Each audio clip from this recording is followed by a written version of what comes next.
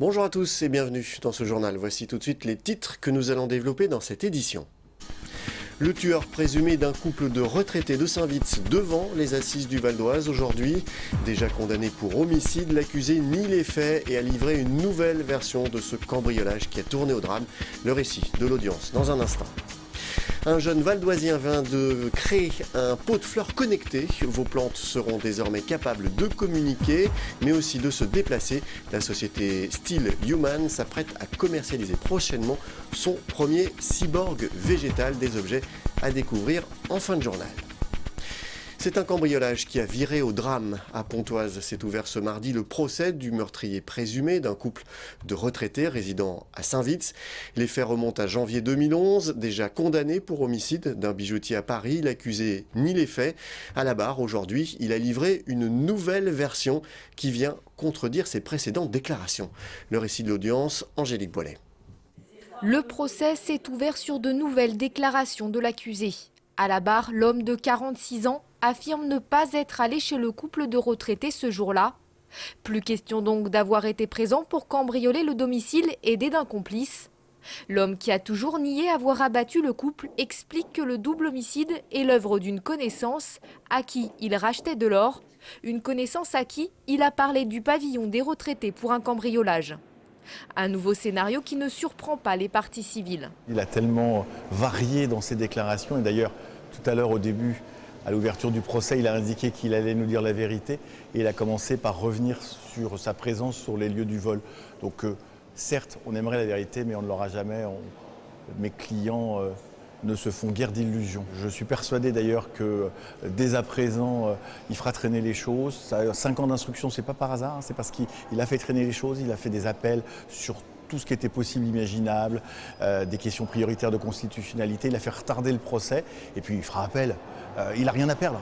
Les faits remontent à janvier 2011, ici à Saint-Vits, petite commune de l'Est du Val d'Oise. Le 22 janvier, le couple est retrouvé mort à son domicile, tous deux abattus de 3 balles dans la tête. Aucune effraction, mais plusieurs effets volés, notamment des bijoux. C'est un an après que l'accusé est arrêté dans le cadre d'un autre homicide perpétré sur un bijoutier à Paris. Une arme est retrouvée chez lui. Les expertises vont révéler que non seulement il s'agit de l'arme ayant servi à tuer le bijoutier, mais aussi le couple de retraités. La défense n'a pas souhaité s'exprimer à ce stade. Déjà condamné en février dernier à 22 ans de prison pour l'homicide du bijoutier, pour lequel il a fait appel, l'homme de 46 ans encourt la perpétuité. Le verdict est attendu vendredi. En bref, un mot de sport maintenant avec cette très bonne nouvelle pour le pongiste de Pontoise, Sergi Tristan-Flore. Le joueur de 21 ans fait partie du groupe retenu par la Fédération française de tennis de table pour les JO de Rio au mois d'août prochain. Il pourra participer à l'épreuve par équipe au Brésil si la commission consultative de sélection olympique de la Fédération entérine et officialise ces sélections. Ce sera le 7 juin prochain. Si cette sélection fait des heureux, elle aura toutefois créé un début de polémique, notamment sur les réseaux sociaux. Beaucoup de supporters s'interrogent sur l'absence de Stéphane Waich, le champion de France 2016.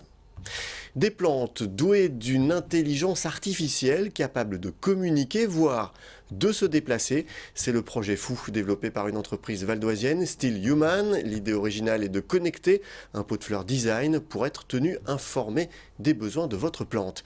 Et la start-up s'apprête à commercialiser son premier cyborg végétal. Julien Bortouzo. C'est une invention digne d'un film de science-fiction, un cyborg végétal baptisé Biome. Développé par la start-up Still Human, basée à Neuville, il s'agit d'une plante connectée. Son socle, au design épuré, est bardé de capteurs et permet à la plante de communiquer ses besoins via une application mobile ou directement via sa diode. Ce qui se passe, c'est qu'il y a des capteurs qui vont savoir chaque besoin de la plante et pouvoir nous les traduire via un code couleur lumineux qui va changer de couleur en fonction du besoin. Le bleu pour l'humidité, rouge pour la température, vert pour la richesse de la terre et jaune pour la lumière. Même un enfant pourra comprendre quel est le besoin de la plante juste en fonction de la couleur qui va changer sur le pot. Parfait pour ceux qui n'ont pas la main verte. Mais comme si cela ne suffisait pas, Still Human tente d'aller plus loin dans le concept avec une version 2.0, Gaia. Plus évolué et doté de roues, ce robot végétal est parfaitement autonome. Ces 2 grandes roues vont permettre au pot d'aller par exemple vers la lumière, d'aller vers la fenêtre, Si jamais il pleut dehors, comme il est lié à la météo, il va pouvoir savoir qu'il pleut, il va nous demander d'ouvrir la fenêtre et le robot va pouvoir aller dehors pour prendre la pluie et pouvoir alimenter la plante via les ressources naturelles. C'est vraiment un dispositif qui va permettre de rendre les plantes vivantes, elles sont déjà vivantes, mais les rendre vraiment au stade d'individus à part entière. On va pouvoir leur donner un nom, pouvoir interagir avec et aller au-delà de la simple plante meuble, de la plante qu'on oublie dans son coin et qu'on ne va pas forcément arroser ou toutes ces choses-là. Dans un premier temps, Gaïa sera réservé aux entreprises et institutions en attendant une version grand public. Biome, quant à lui, sera disponible pour une 50aine d'euros dans les jardineries et certaines grandes enseignes au printemps 2017. Voilà, ce journal est terminé. Je vous en rappelle le principal titre. Le tueur d'un couple de retraités de Saint-Vits devant les assises du Val d'Oise aujourd'hui. Déjà condamné pour homicide, l'accusé nie les faits et a livré une nouvelle version devant les assises de Pontoise. Merci d'avoir suivi ce journal. N'oubliez pas que l'info continue sur veonews.fr. À demain.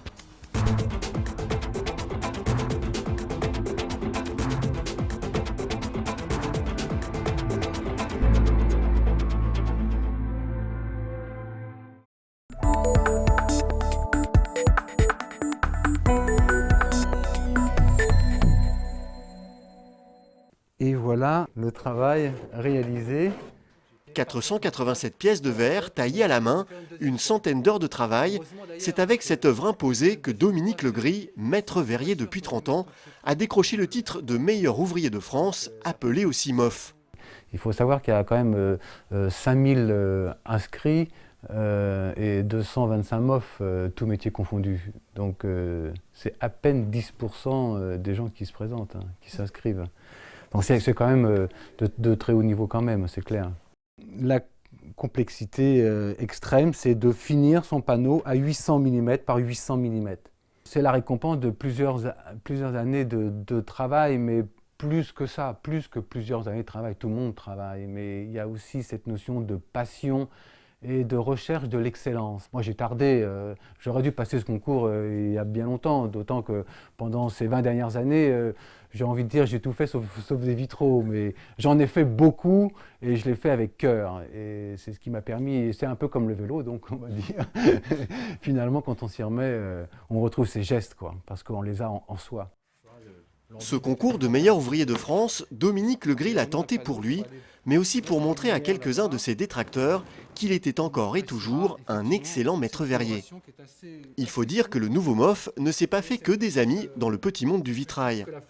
Même s'il continue à faire du vitrail traditionnel, sa principale activité consiste à faire des verres qui ressemblent à des vitraux, mais qui n'en sont pas, et le tout pour 3 fois moins cher.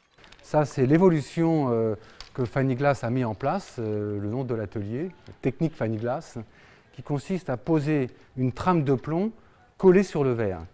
Un seul verre, un verre monolithique, ce n'est pas une mosaïque, c'est un seul morceau de verre sur lequel on va écrire notre histoire à l'aide d'une trame de plomb, soudée à l'étain aussi.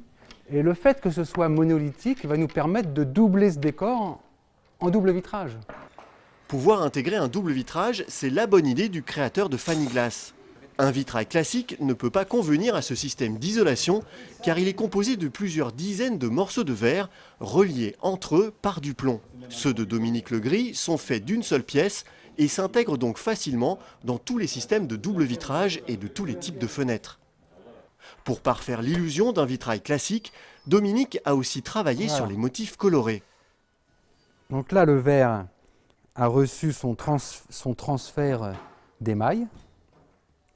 Ce jaune qui est le vernis, lui, va se transformer en fumée à 300 degrés. La cuisson va continuer jusqu'à 600 et la poudre d'émail qui fait le dessin va se vitrifier sur le verre.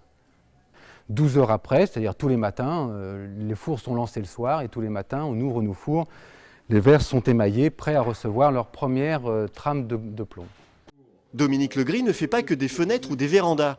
Il crée également des décors uniques peints sur verre pour des églises et des monuments historiques. Mais son avenir, Dominique le voit dans l'architecture moderne et les grands espaces vitrés. je dirais que le futur proche de Fanny Glass va être effectivement de travailler sur des grandes verrières qu'on appelle les murs rideaux, qui font jusqu'à 80-100 mètres carrés, et proposer à des grands sièges sociaux, par exemple, de créer un décor artistique, pictural, qui va refléter le dynamisme de l'entreprise. On va aller bien au-delà de ce qu'est le vitrail traditionnel, combien même c'est un art absolument exceptionnel et irremplaçable. On ne tente pas de faire pareil, on tente de faire autrement et autre chose. Peindre sur des toiles de lumière, cet amoureux du verre ne pouvait rêver mieux. Depuis plus de 30 ans, Dominique Legris en a fait sa passion et elle n'est pas prête de s'éteindre.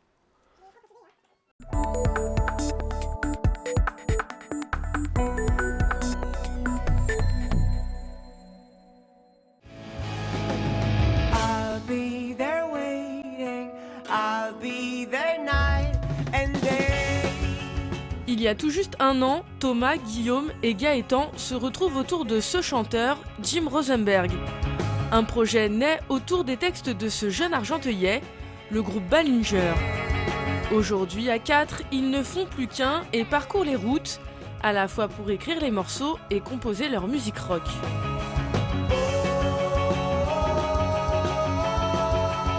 Ballinger, c'est un groupe qui existe depuis tout juste un an, on va dire février 2012. Et depuis, on a fait pas mal de choses. On a joué au Solidays, on a fait une tournée en Suède, on a fait pas mal de dates sur Paris aussi. Et puis là, ce soir, on joue pour la première fois à Argenteuil, ville où j'ai grandi.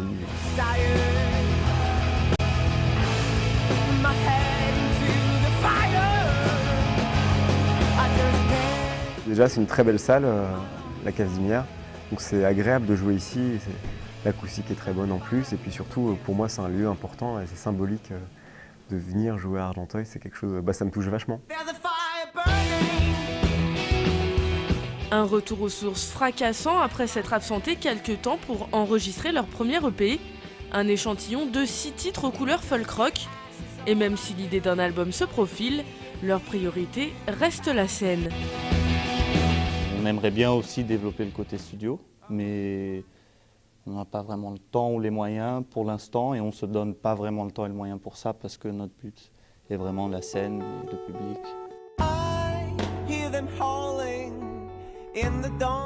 Le groupe chante ses textes en anglais, il joue sur des sonorités et des paroles qui renvoient à des images fortes, un appel au sens et à l'imagination. Leur puissance instrumentale s'accorde parfaitement à cette intime invitation au voyage. Disons que c'est des textes qui sont très imagés et qui sont voués à être interprétés par l'auditeur plus que des histoires racontées. C'est-à-dire que chaque personne qui va écouter la musique et comprendre les textes pourra en fait vivre un peu, ressentir les images à sa manière et donc trouver une histoire qui soit cohérente à sa propre personne.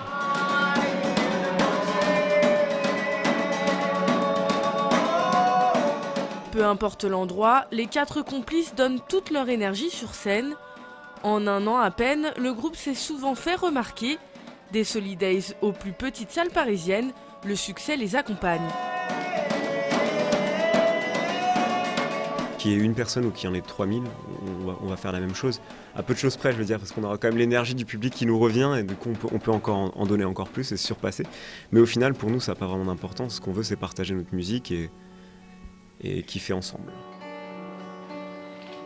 Les conditions jouent beaucoup aussi, évidemment on préfère, pour répondre à ta question, on préfère jouer sur des lieux qui sont bien en termes de son, en termes de conditions, on peut vraiment s'entendre, mais pour rejoindre ce que dit Jim, on trouve des moyens de se faire plaisir et de faire plaisir au public.